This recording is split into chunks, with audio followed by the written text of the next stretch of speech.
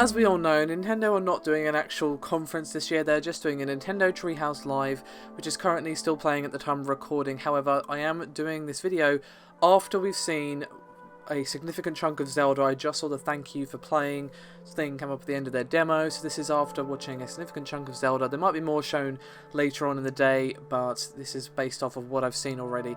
Now, they did start things off with Pokemon Sun and Moon. There's not really anything amazing to discuss here, but I will go through some of the things they talked about. Obviously, it looks like Pokemon. They've made some tweaks and things here and there. We know that it's the Alola region. There are 4 islands. There are sort of, as we know, legendaries, and they're sort of emissaries of the Sun and Moon, respectively. And apparently they're going to be worked into the game in an interesting way. Now, they did talk a little bit about the lighting and how the shadows of like you and your Pokemon in battle and that sort of thing, very much based on the time of day, which is, you know, cool. And an interesting thing is in battle, when you have a sort of sprite in game, sort of by the characters or say your Pokemon or your enemies' HP, you can click on that and see any status effects that are on there. So if your attack has been lowered or your speed has been lowered or something like that, you can actually see that and refresh yourself. You know, if it's been a particularly long battle, you might have forgotten that they used an ability near the start or something like that. So it's actually pretty nice that we're getting that. The main chunk of things, however, that I want to discuss is, of course, Legend of Zelda, and we actually have the full title for the game, which is Legend of Zelda Breath of the Wild, and they did very offhandedly confirm, of course. We already knew that it was going to be for the NX and Wii U, but they did reiterate that.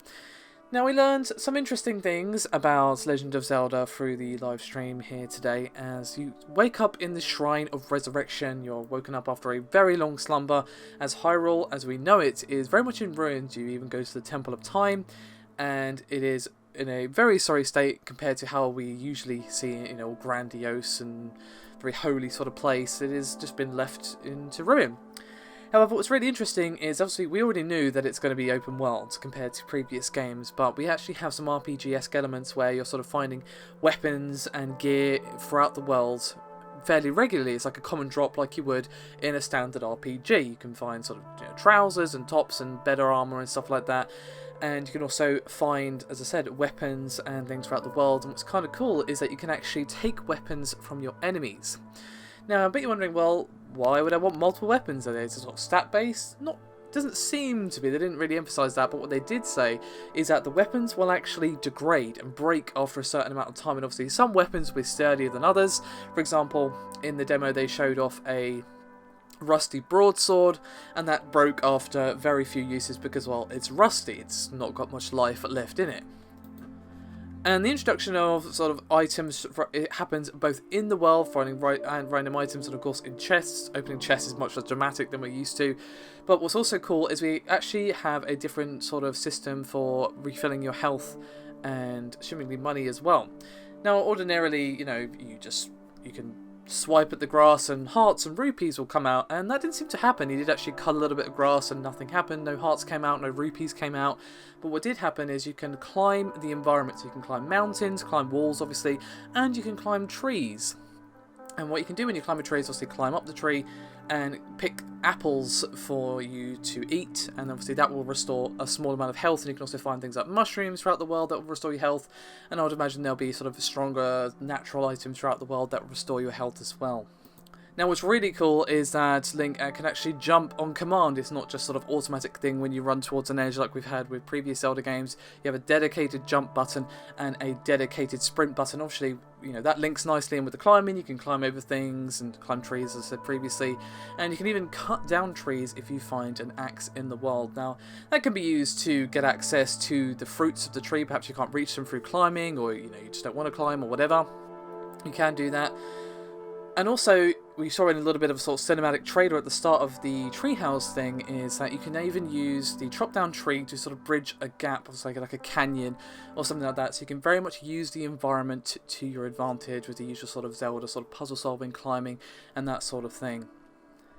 You can also cut down the cut trees for firewood to use for a campfire. And we also saw in the shrine the introduction of technology.